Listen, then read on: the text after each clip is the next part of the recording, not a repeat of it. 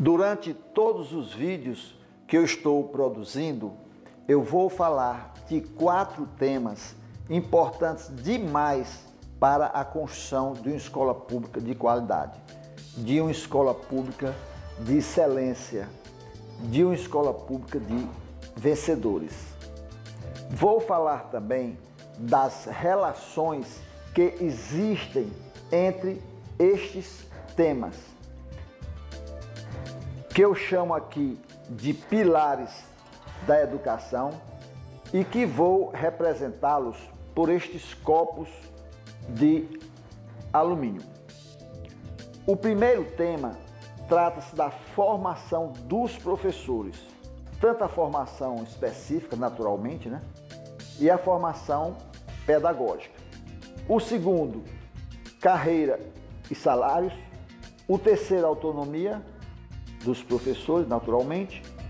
E o quarto tema, o envolvimento dos professores com a educação dentro das escolas públicas. Vou iniciar estas relações com o quarto tema, envolvimento dos professores. Ora, para que um professor se envolva com a escola, ele precisa do conhecimento, de autonomia e de bons salários. Quem não tem o conhecimento e a autonomia não muda a escola, não reconstrói, não reinventa, não corrige os erros que estão acontecendo dentro das escolas, não corrige os erros cometidos no passado. Então, além do mais, quem não tem o conhecimento, não tem autonomia e não tem bons salários, aí é que o professor não se envolve mesmo com a escola. E o que é que ele vai fazer? Simplesmente dar aulas.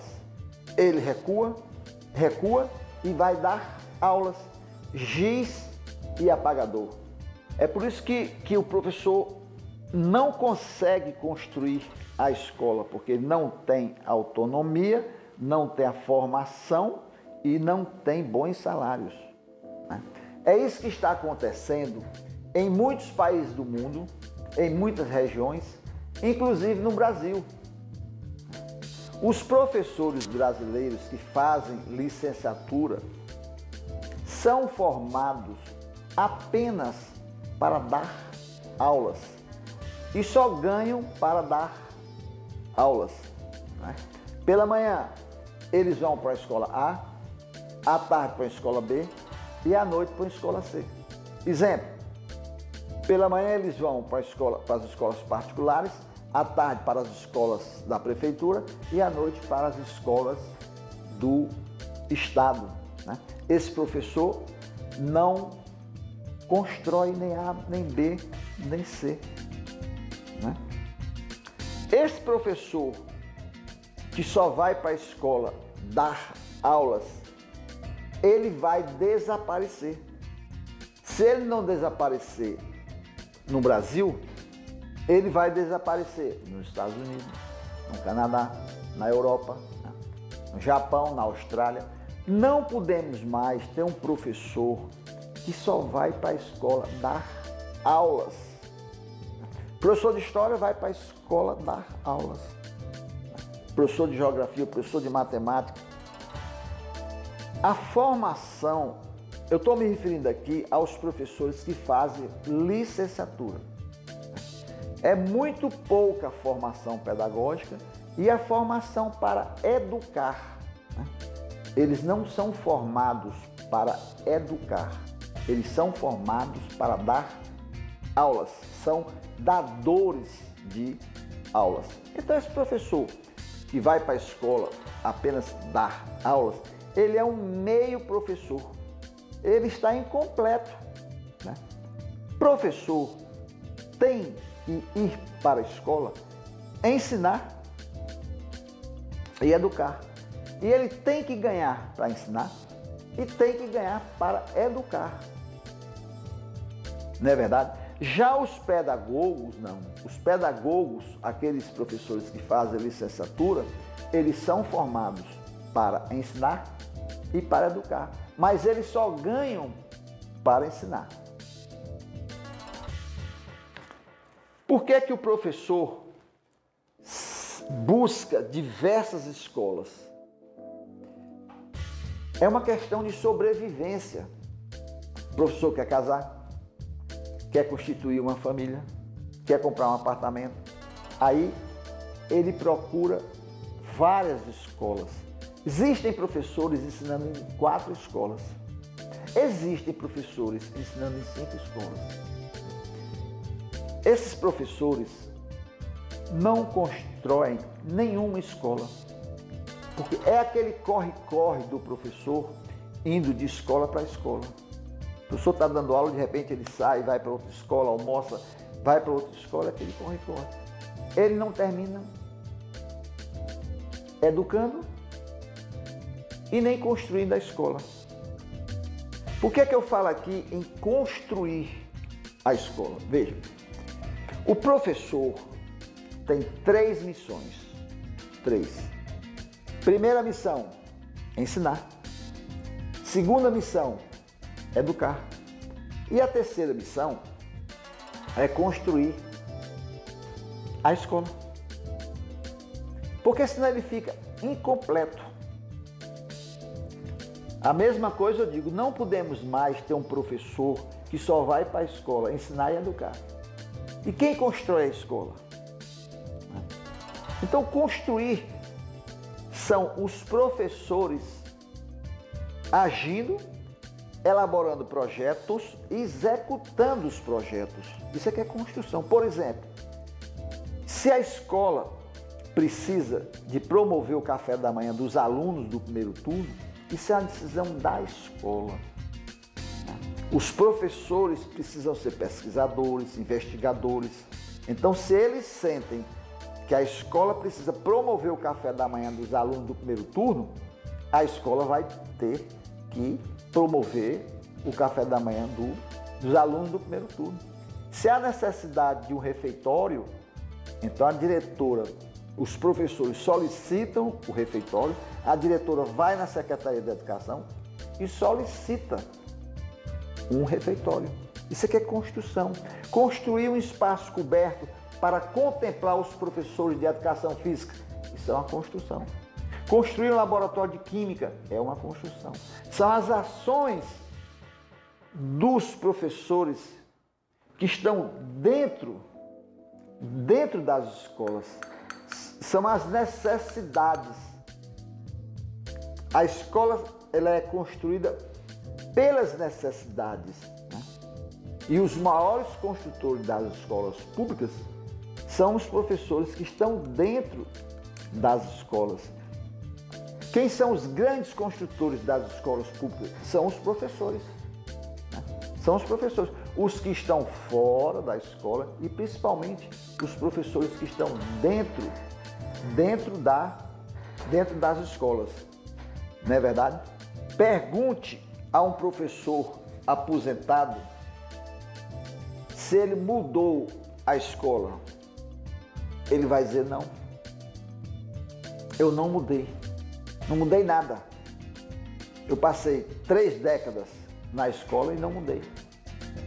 A minha geração de professores, dos meus colegas, a minha geração de 1973 até 2003, não mudou a escola. A minha geração não mudou. Eu não mudei. Eu passei 3 décadas trabalhando dentro da escola, das escolas, e não mudei. Eu não tive liberdade, eu não tive autonomia para mudar, nem tive conhecimento pedagógico, né?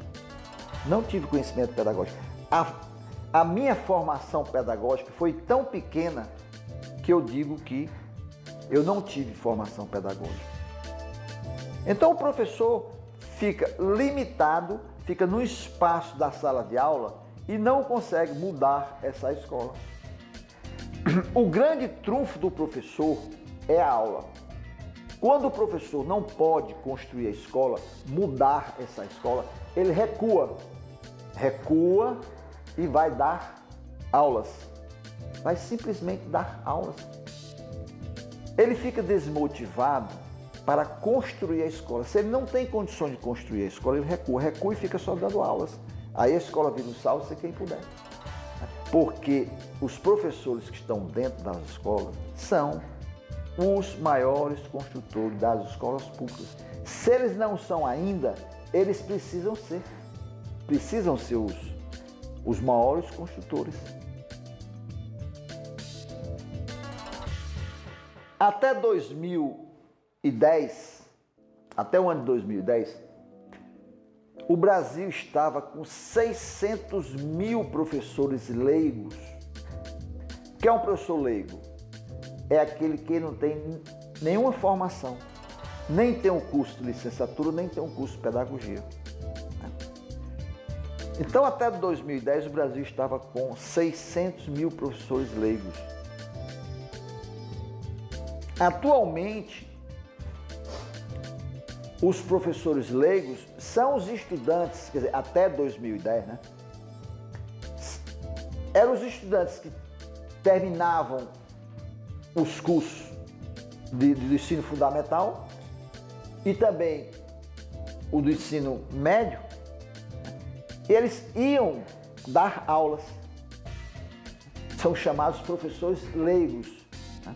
São estudantes que terminam o ensino fundamental ou terminam o ensino médio e vão dar aulas.